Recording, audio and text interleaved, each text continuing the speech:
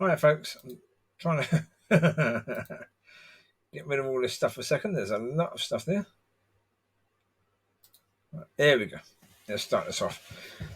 Still waiting for my PC to be fixed. I'll tell you that company. Ugh. I'll speak a bit more about that in a second.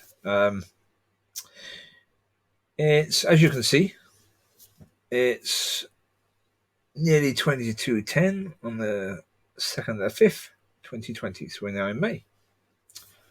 All right.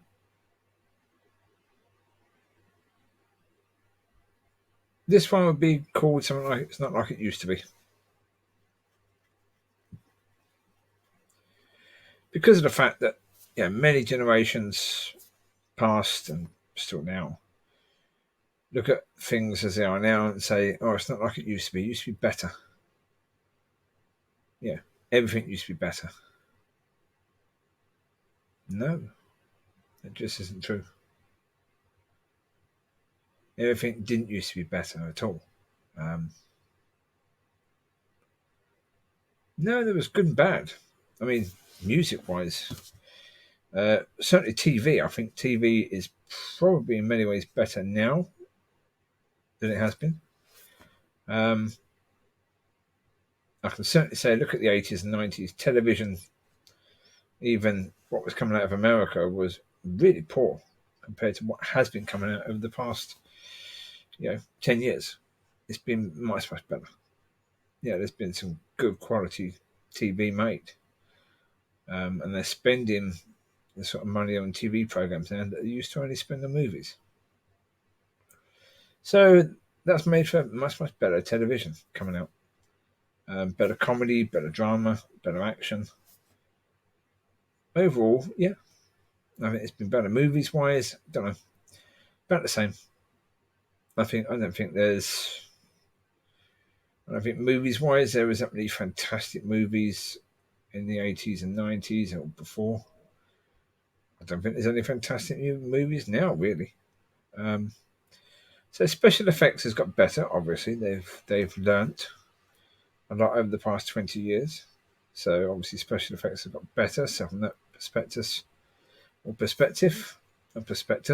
jeez, trying to use big words, using them wrong. There you go. Yeah, from that view, yeah, things have got it better. They've improved a tiny bit, yes. Overall, yeah, tiny bit of an improvement, I suppose, in movies. Music wise, I'd say it's about evens again. As I say, there are some beautiful singers now, and some absolutely gorgeous songs. Really, really, really, really beautiful songs now. I mean, like, they were playing a song on the radio. God, yeah. Oh. By who is it by? Good question. You know something? I don't know. Who's this? I don't even know what this was. This was a song. No, that was that song. Right, okay. I don't know. Let's have a look. That was Liam Payne and Rita Ora sang the song, and the song was called For You. That's the one there, For You. It was done for the 50 Shades movie, which, of course, no respect for that at all. But that song, oh, jeez. They've been playing it a lot on the local radio. I thought it was a new song. It was actually 2018 that the song came out. So 2 years ago. I'd never heard of it until it's been played on the radio a lot over the last couple of days, local radio. And sort of wow. And it's because this is getting on my nerves a bit, actually. It's a bit bizarre, to say the least. I now know the name of this lady that I like. I now found out her name. She was on a thing recently that they did where they just did the bit of worship 3 weeks ago. She was involved in that, and her name was mentioned there. I just saw the worship. Okay, cool. Nice worship. It was good worship, yes. But anyway, I mean, speaking to God about the whole situation and just saying to him, Lord, come on. How the blinking Nora is she going to choose me? What would be wrong with a woman for her to choose me? I'm not older than her to start with. I think. I think so. I think it's probably, yeah, when I'm 50, I think she's probably nearly 30. She could be nearly 30. She might be slightly over 30, but so there's a massive age difference. I mean, that's not so big an issue to me. It's about maturity. It's about who you are, really. So I'm not big on the age situation necessarily. But when you look at who she would have available as an option, look at it from that way. And also, I've not looked after myself. I haven't. I mean, the place I'm in, because of the way it is, I'm not going to show you. But I've got a worktop here.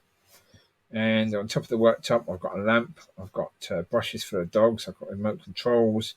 I've got various other things. I've got alarm clock. I've got weighing scales when I have to weigh the puppies. I've got things I need to charge, like battery chargers and stuff like that. And because I've got all that stuff there, I've got nowhere else to put it because the cabinet itself is full. So because I've got nowhere else to put it, it has to be on top. And that means I can't really dust the area because I have to move everything off, and it's just, oh, God. Too much of a pain in the butt to get everything off there to properly clean it. I do it once in a while, but really nowhere near enough. I really don't. It's one of those things. I don't. And, I mean, it's like I've said before, with regards to my health situation, I went to see the lawyer about the vets that come in to getting Lucy neutered when she didn't need it. They lied to me about suing them for that. Not because of the fact I necessarily want to make money out of them. It's not really because of that. It's because of the fact I want these people to be held accountable. You can't keep on doing this to people's pets. It's disgusting. Just because it's someone's pet and it's not someone's child, you can do it and you can get away with it. If it's someone's child, you'd be looking at assault for something like that. Or if it's a woman who was pregnant and the doctors conned somebody into having their wife, with taking everything out to prevent her from having more children, lying, saying that it would save her life because if she got pregnant again, it could kill her. Now, this wouldn't happen in the UK because we have a National Health Service and it's free. In America, this could happen because they would charge more for that extra operation. Now, somebody did that, and it was proved that wasn't necessary, what they did. That would be a major situation. People would be fired, people would be sued, their livelihood would be taken away, the hospital would be in it massively. You'd be looking at least 1 million, if not 10 million. In the final figure, possibly more than that. That would depend upon your lawyer, whether you had a really kick-ass lawyer. So it's like, well, I'm not after 10 million, but it is a case that should they get away with that? Should it be a case where, because they've done it to other people. The same vet who was responsible for this, not the one who did the operation, but the one who was behind that attitude, pulled that same trick or very, very similar thing, but getting people to get treatments for or even operations for dogs or cats that were not necessary just to make a bit more money. They've done it to a lot of people. And so it's like, right, I'm not going to put up with this. No, this isn't right. But the lawyer I've got is useless. Absolutely useless. They work at an organisation called Cockburn's in Elgin. And yeah, this bloke has no interest at all. I mean, the thing about lawyers, solicitors, whatever you want to call them, is that they play a game.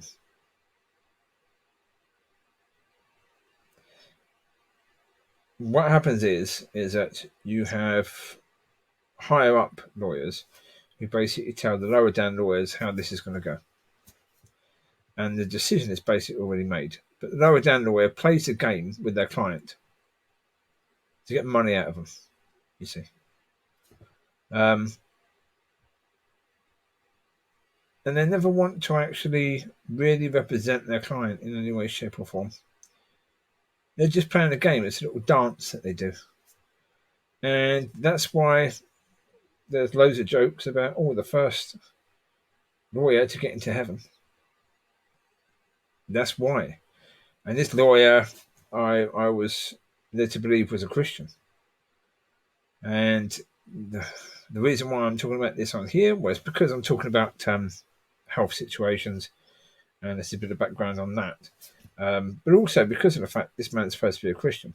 Now, is he a Christian lawyer, or is he a lawyer who's a Christian? If you're a Christian lawyer, it means that your Christianity plays a major part in you being a lawyer. Now, that should mean, if you're doing that, it should mean you don't play games, you do not roll over to the insurance companies, because they play games, and if you're a solicitor, you know they're games, so you won't play them. Against such people, you'd be incredibly harsh. You go for the jugular because of the fact, your time is your client's money. You're not going to want to waste your time on stupidity.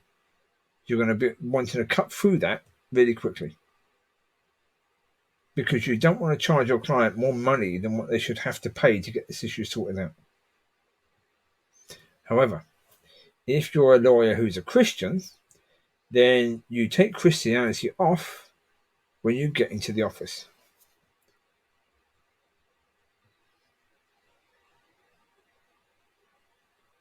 And that's who this chap is. Certainly it's a case where he's not a Christian. He may be a religious person, but he is not a Christian, not in any way, shape, or form. Not if you look at the way he's doing things. I mean, it's ridiculous.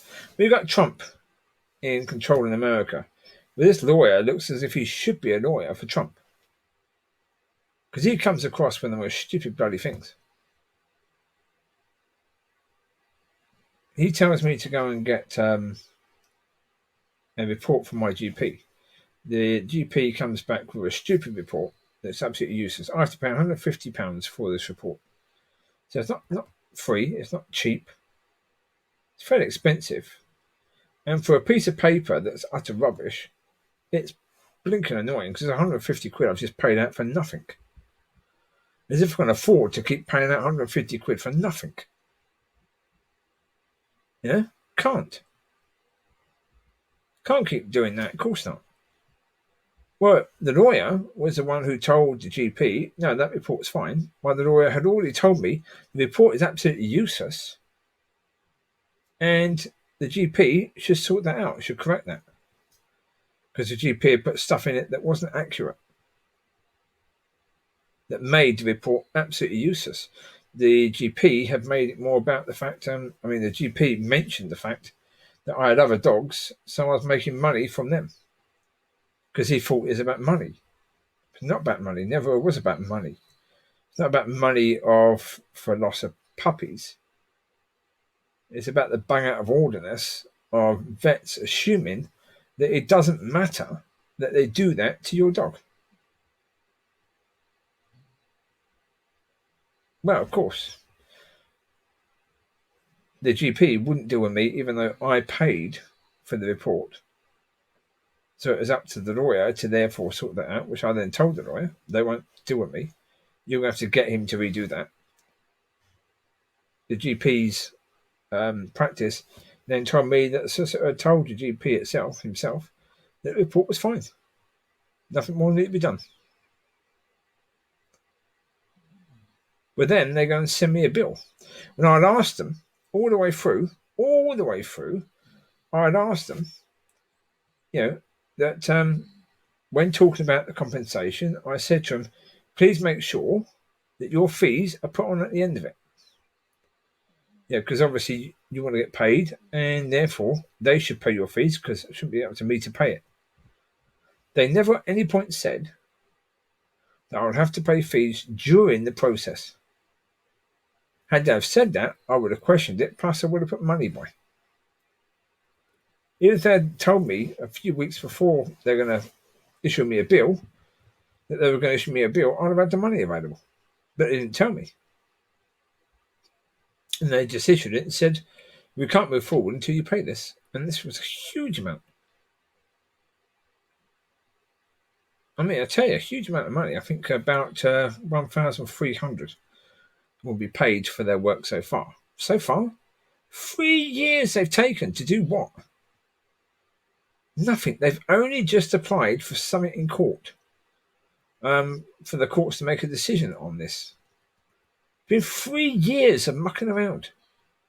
3 years of me trying to contact them, saying what the heck is going on, sending them about, 10 emails before I get an answer, making loads and loads of phone calls before I actually get through to the person or get the person to phone me back.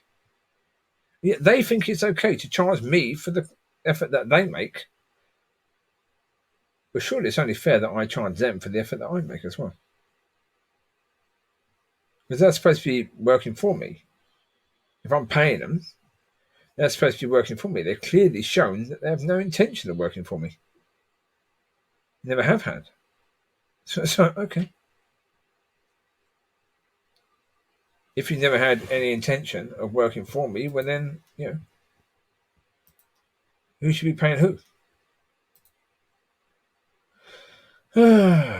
Anyway, that's that situation. And the reason why I mention that is because I was hoping to use the compensation that I'd get for that to sort my teeth out, because through years and years and years and years and years,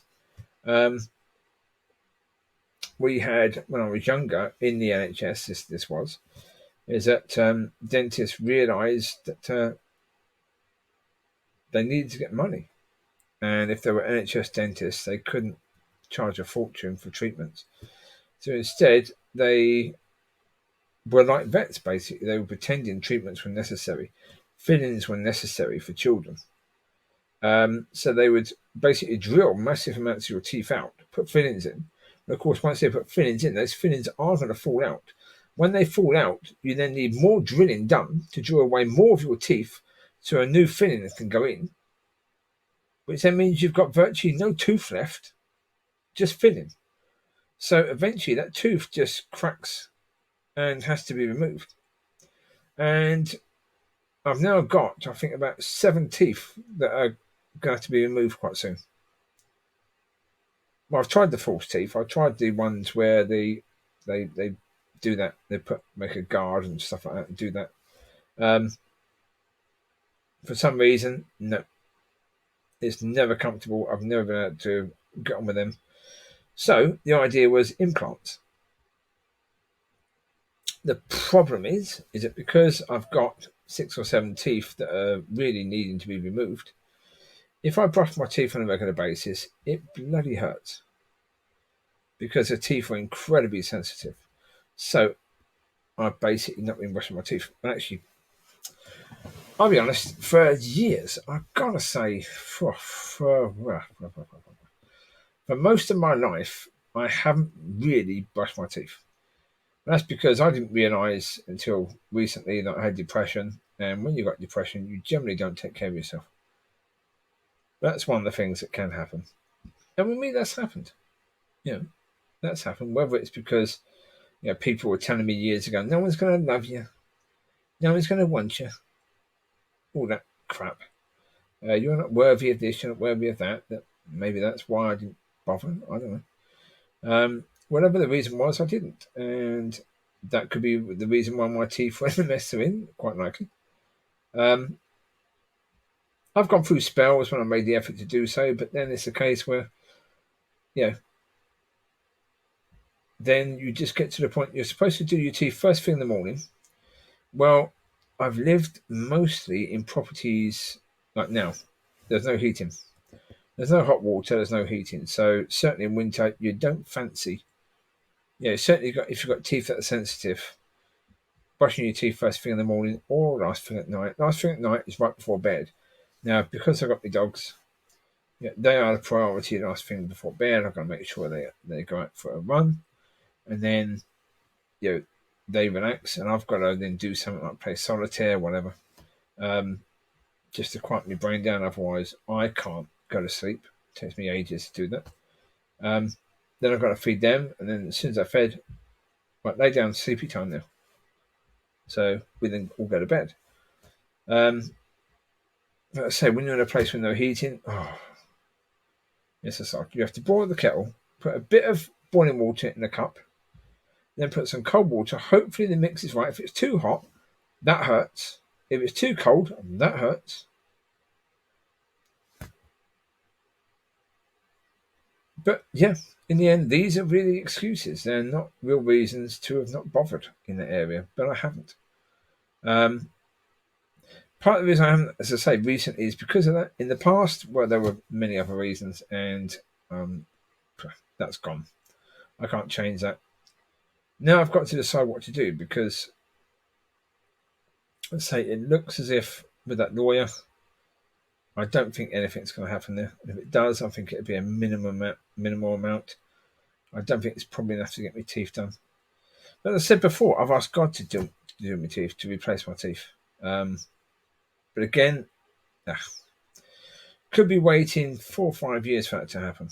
Now, if I'm going to be waiting 4 or 5 years for that to happen, then I think it's the case that whether it's this woman or another woman, if I'm meant to be with somebody, then I've got to do something about my teeth. I've got to get implants done. So I've got to find the money to get implants done. That's a certainty. Because I've got to replace the 6 or 7 teeth that have to be taken out. Because otherwise, it's a situation at the moment, if they take just the 6 or 7 teeth out, unless I have false teeth and false teeth that are comfortable, I can't chew. I don't have enough teeth to chew anything left. So it's like, that's not a good idea. I just have to cook food that I can just swallow, that I don't have to chew. So it's like, that's not ideal, really. I mean, I'm not that old. I don't want to be, eating as if I'm 95 years old, or whatever. So, no. I've got to do something. Now, even if implants are pushed out by God, replacing the teeth, that's cool. I don't mind. If I wake up in the morning with 6 or 7 implants on my pillow, that's cool. I won't mind that at all, but certainly if I'm going to be with someone, I've got to sort my teeth out. But again, I'll get back to the point. To the original point of me thinking, no, it's not this woman. And these songs, that was the point. How you wonder. When you're talking about such things, how the mind just goes into a different curve and then a different curve and another curve and another curve and another curve. Until you've got to try and drag it back to the original point. The original point of the songs. I've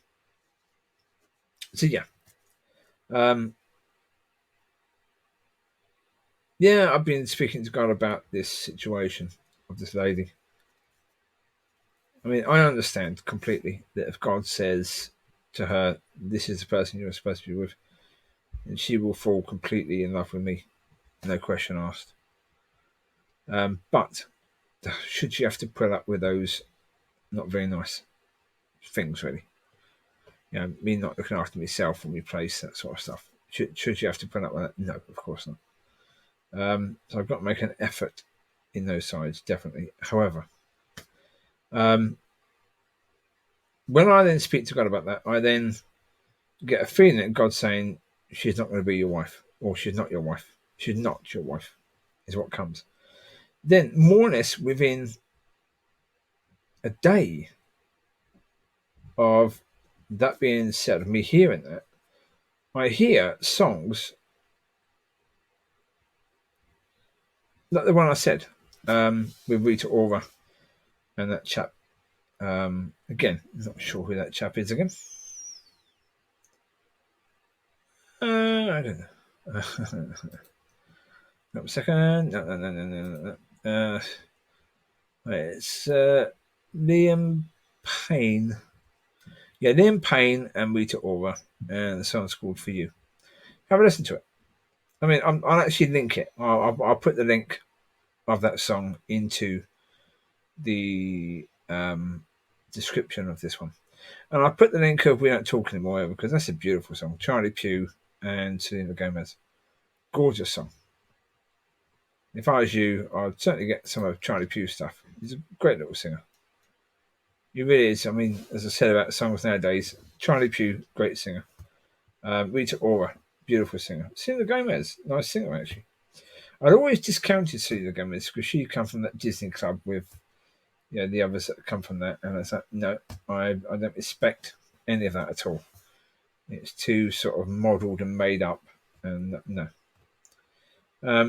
But she did something lovely a few years ago when there was that bombing after her concert in Manchester, where she then put on a massive concert for the people that have been killed and injured during that situation. And so, I respected her a lot more after that. But she's not got a bad little voice, actually, either. But as I say, you've got Billie Eilish, you've got people like that, you've got Ed Sheeran, who's another sort of up-to-date singer, well, last sort of 10 years. Great voice again, written some beautiful songs. So, yeah, I mean, there are songs now that are just beautiful. But what I said about that, about God saying she's not your wife, and then the songs, there was that song, and there's other songs that have come, where that song by Rita Ora and Liam Payne was 2016, but it's been played on local radio a lot over the past few days. So it's like, well, this is a mixed message, really. Because that song is a song of love. Yeah, extreme love. The chorus in that is beautiful. Yeah. And so, again, there's that one, there's other songs that have come and that speak about the same sort of thing, about you're with that one, that incredible one, that one that makes you whole. Yeah, that one that when you're with them, you're home. Yeah, it's like the one by Ed Sheeran. What's it called?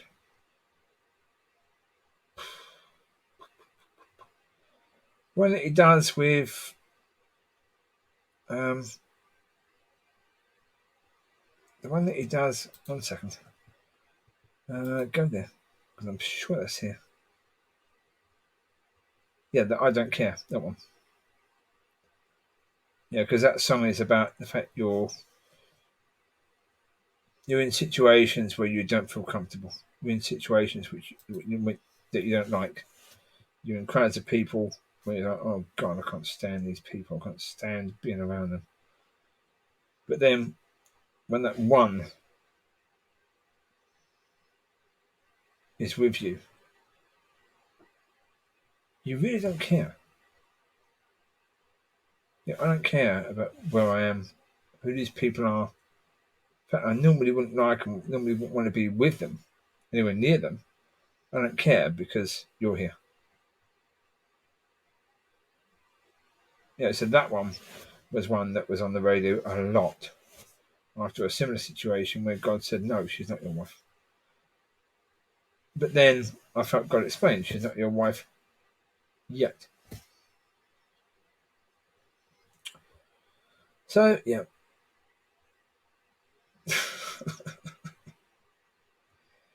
as I say, it's complicated because that's what I'm not going to give details on here.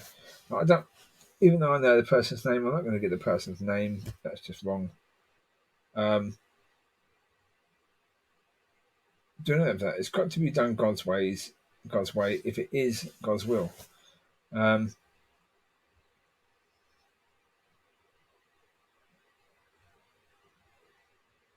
but yeah. Well, about the fact, is this time better than our time? Is this time worse?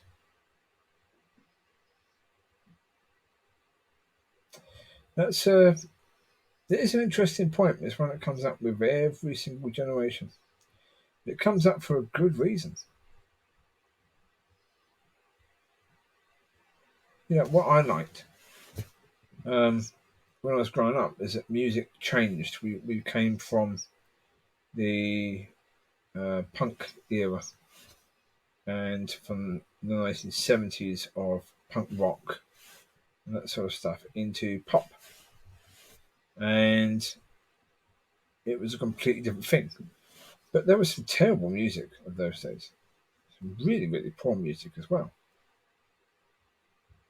Yeah. Um, God, good question. Um,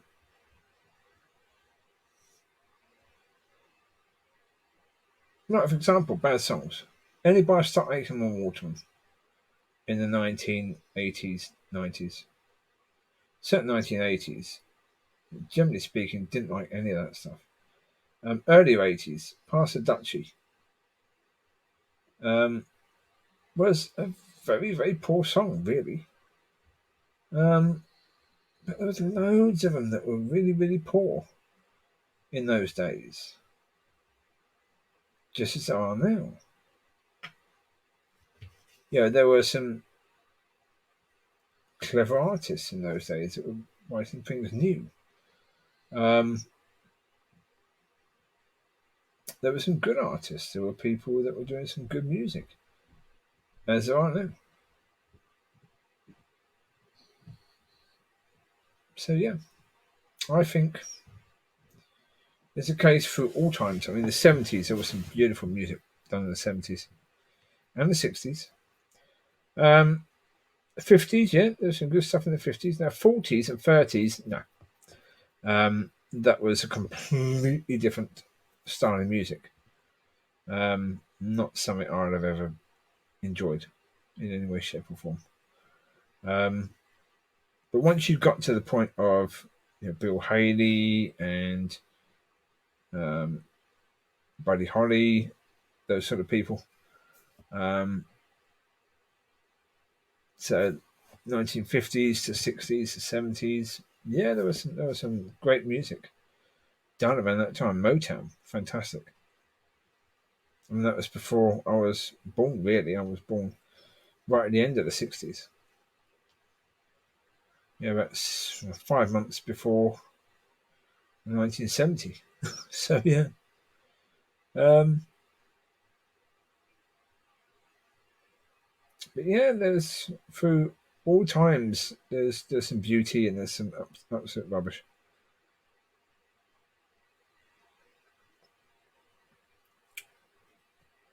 As to the Rona, I think we are coming to a point soon where governments are going to take risks, where they're going to start looking at the economy and start thinking about that ahead of lives. Um, Probably before it's safe to do so. But the problem is, when is it safe? When is it going to be safe to do so? Because I mean, they've been talking a lot about the fact that one idea would be allow anyone who's not old or counted as high risk to go back to work or go back to the life they had before. The problem is that you know whether you're old and frail in that sense. High risk. The problem is we don't know who's high risk. There's an awful lot of people that are high risk that don't know they're high risk. And so, all those people could be at risk, very much so. It's a very difficult situation, really, when you think about it.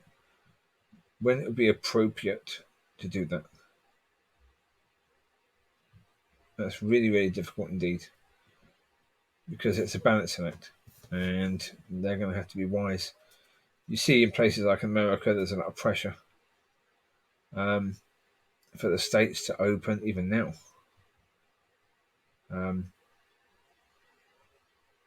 So, be interesting to see what happens. We don't know at this moment in time what's going to happen. We just need to be wise. I think we need to continue to be wise. And also, if we are coming towards the end of this situation, make sure that you make the most of these next few days. Make the most of spending the time with God that you can spend, developing your relationship with Him, etc., etc., etc. When it comes down to it, folks, in the end, use the time you've got wisely, because you're going to soon go back to the point where you don't have enough time again. So now you have enough time, use it wisely. Make the most of it. There's only going to be so much of it left. To make the most, but be wise. Stay in as much as you can, or stay away from close contact with other people. I mean, this is the thing, is that if they open up too soon and people go back to what they were doing before, keeping the 2-meter distance from other people is going to be virtually impossible in most situations, even high streets. You look at high streets, people walking around high streets, they're always a lot closer than that. Trying to keep a distance from someone else is going to be really difficult, that 2-meter distance. So all that's going to go out the window very quickly, which means that people are going to be in close proximity to others, which means they're more likely to be able to catch a virus if the other person's got it.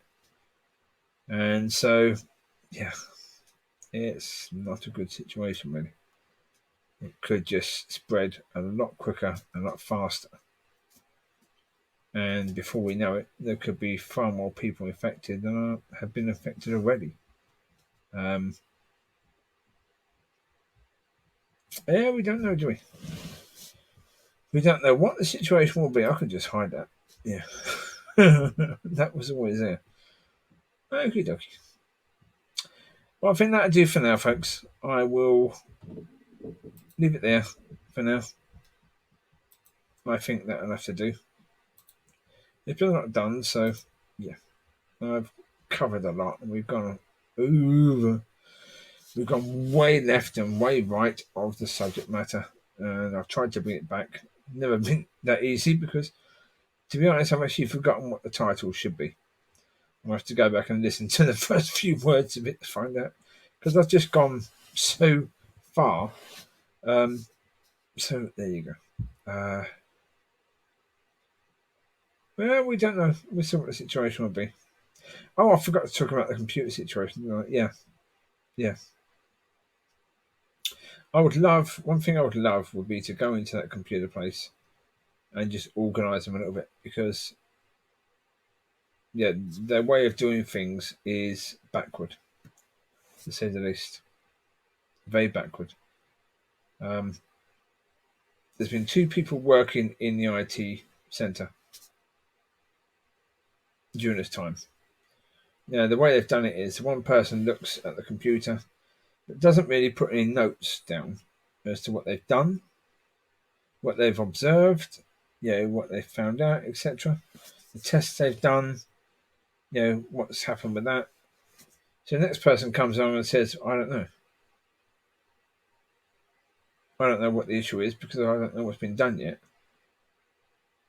But excuse me, you've got someone else's equipment and you're supposed to be repairing it, and you've had it nearly 2 weeks. So by the time they open up again Monday, they'll have had it for 2 weeks.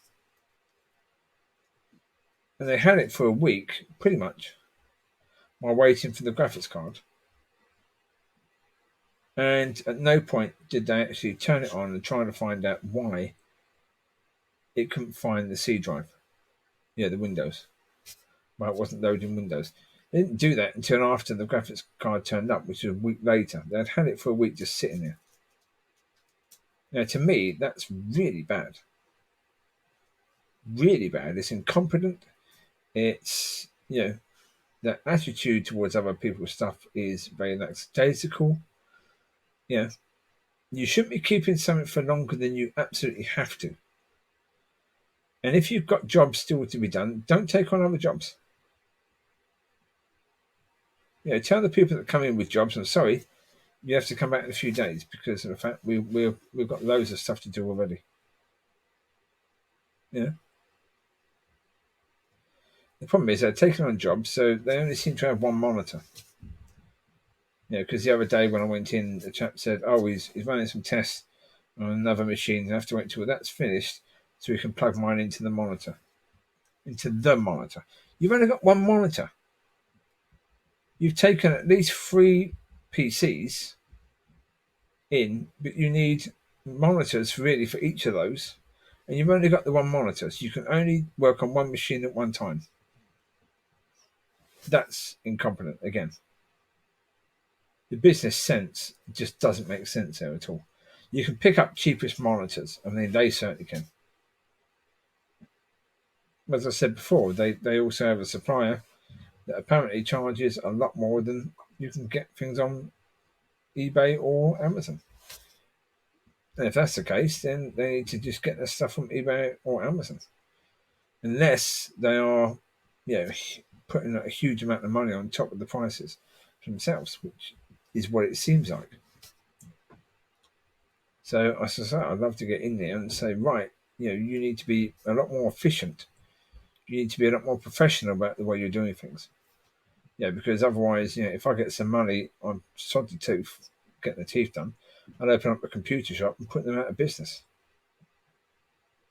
really quickly. Wouldn't be too difficult to do. Just get a few people who know what they're doing and just say, right, this is what we're doing. You run your tests, you write down what you've discovered, you put that note onto the actual case of the PC you're working on. Therefore, anyone else who comes along and works on it, they know exactly what you've done. They can then go, right, okay, this is what we've done. But you also make sure that before you even start work on it, you get a proper lot of information from the person who owns the flipping thing. You know where the problem started. So, for example, they said that my graphics card was the problem and it had to be replaced. Well, that's quite unlikely to be the case. The reason why it's unlikely to be the case is because what's going on with the PC is that because I'd overclocked the CPU and the graphics card a tiny bit, once in a while, it was okay for about a month or so. Then it started going a bit funny where, once a week or every 2 weeks, the screen would totally, freeze. It would crash. But all you had to do was just restart the computer and it was fine. But then it started getting a bit more. It's like every couple of days it would do it. So I thought, right, I'll reset it back to defaults. When I reset it back to defaults, we had that situation where it went into scan mode. And when it loaded up as if it had been in scan mode, where you had everything bigger, a lot bigger. So I'll give you an example. We go to here. Look at how small these icons are. They were so much bigger. They were like that. Everything was massive. And this wasn't anywhere near as clear as what it was. And they've gone, as I say, from small icons like that to the really, really large. And that is usually because of the fact it's not recognizing the graphics card. So, right, okay, I've taken it from overclocking to defaults. And it's loaded Windows, but it's loaded Windows and it's gone a bit weird. Then I tried to go into it again. I went into the BIOS. So I put a little bit of overclock on, but not as much as what there was before. At that point, it couldn't find the Windows. It came up, I could get into the BIOS, but it couldn't find Windows. Now, I explained this to them, the computer people, but they ignored all of that. Instead, they tested it. They found then that their graphics card worked in the machine and brought it up to the BIOS. Because what happened after in not finding the C drive and not loading Windows is that it then you couldn't see any visual. You couldn't even get up to the boot menu. It was completely nothing. When you put the power on, the lights come on, the sounds were on of everything. Any beeps were still coming up, beeping, but there was no warning letters coming up saying the motherboard had a problem or anything else had a problem, or memory or anything else. So, but there was nothing you could do because you couldn't get into the BIOS. So the last thing to go was the graphics card. The first thing they did, basically, was once they tested things, was that they then said, right, your graphics card needs to be replaced because we put R1 in, it works. Your one didn't work. Now, it's quite possible that my one didn't work because I'd overclocked it on that motherboard. And when I put everything back to defaults, that caused a problem between the graphics card and the motherboard. So the graphics card might have been okay. It's just the motherboard settings may need to have been changed. But instead of doing that, they basically charged me 90 quid for a lesser graphics card because obviously if I'm not doing games, I don't need an absolute fantastic graphics card. So it's like, right. But did they test that graphics card, my one, in any other machine to see if it worked? Probably not. No. I doubt that at all. So it's quite likely that graphics card was okay. Because the first thing you look at is, well, hold it. It started going wrong in that area, right? First of all, it came up and the Windows was acting as if it couldn't see the graphics card. It's coming up enough to recognise it is a graphics card, because if it wasn't a graphics card at all, it wouldn't come up. But it was like the graphics card wasn't set properly, or the settings on display weren't set properly. So I'm not even sure. This is Windows 10. I don't like Windows 10. As I was saying to some at the computer shop, I prefer Windows 7 because when Windows 7, you just go into here and you've got here control panel. You go to the control panel, you can find display and everything. Whereas in here, where's display? Then we've got a D. There's C there. Move straight to E. There's no display. I think it's personalised or something it's under. Nope. No, because it says P. It's not under that. Settings. We'll try settings, shall we? Personalisation. Might be that. Don't know. Try that. Try personalisation. Right, so we see... Again, I still can't find display. If you find display, you can then work out what display you want on your thing. But I say display isn't even there. So where display is on this, I don't know. That's why I can't stand it. Oh, there it is up there. Weird, isn't it? Display there. So normally with display, you can work out, here you go, display resolution. So this is what it was coming up at. There. So if we go keep changes there, go there. See?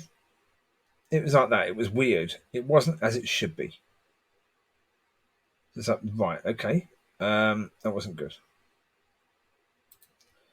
So, but it was bringing up Windows, but it wasn't bringing it up properly. So that was the first thing it was doing. Even this is weird. Okay. Yeah. I mean, on the other one, it's got 1080p is what the display is for the monitor. But it went from 1080p right the way down to something completely silly. So that was the first problem. It was then after that, it wouldn't recognise Windows at all. It wouldn't go into Windows. But that was after I put everything back to default. Is it default?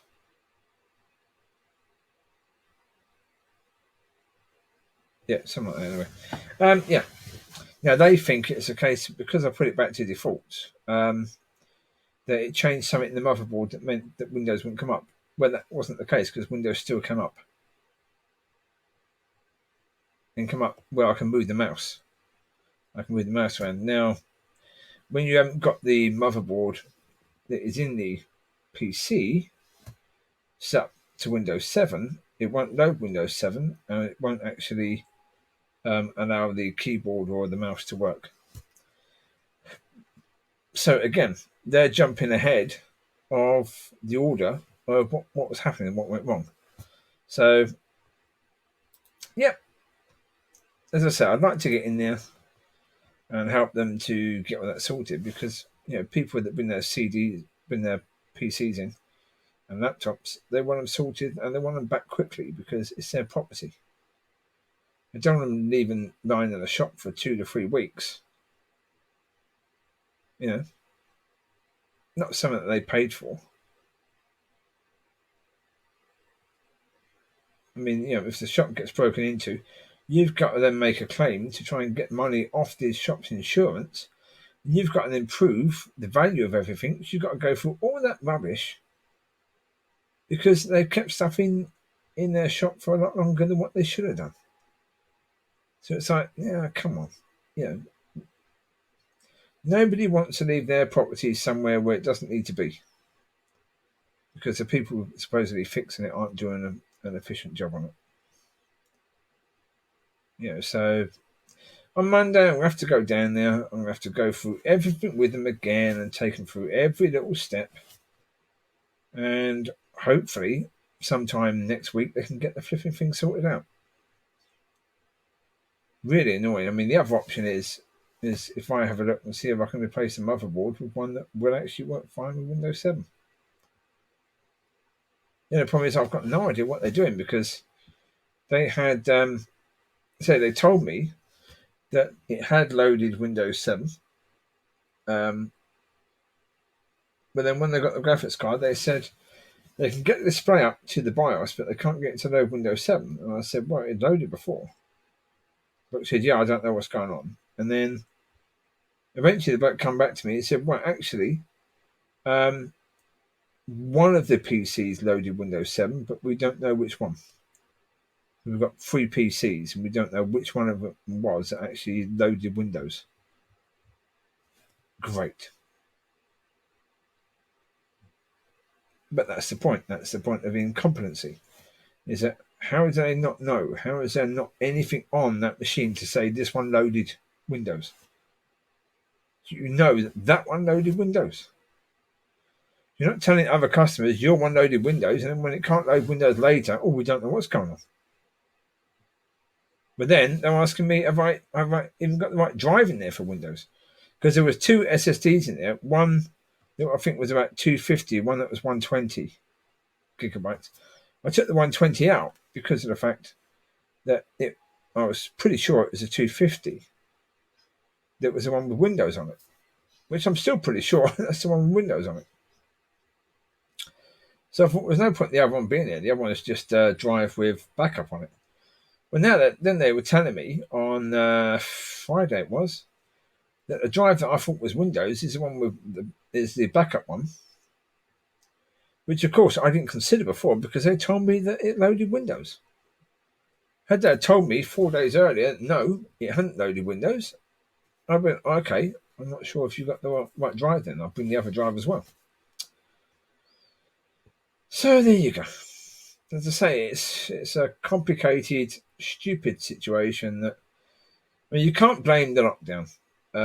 You can't blame the Rona for this situation because of the fact that if their practices were good beforehand and better beforehand, their practices would be good despite the conditions. They would still have the same professional practices now. They're unprofessional now because they were unprofessional before. Simple as that.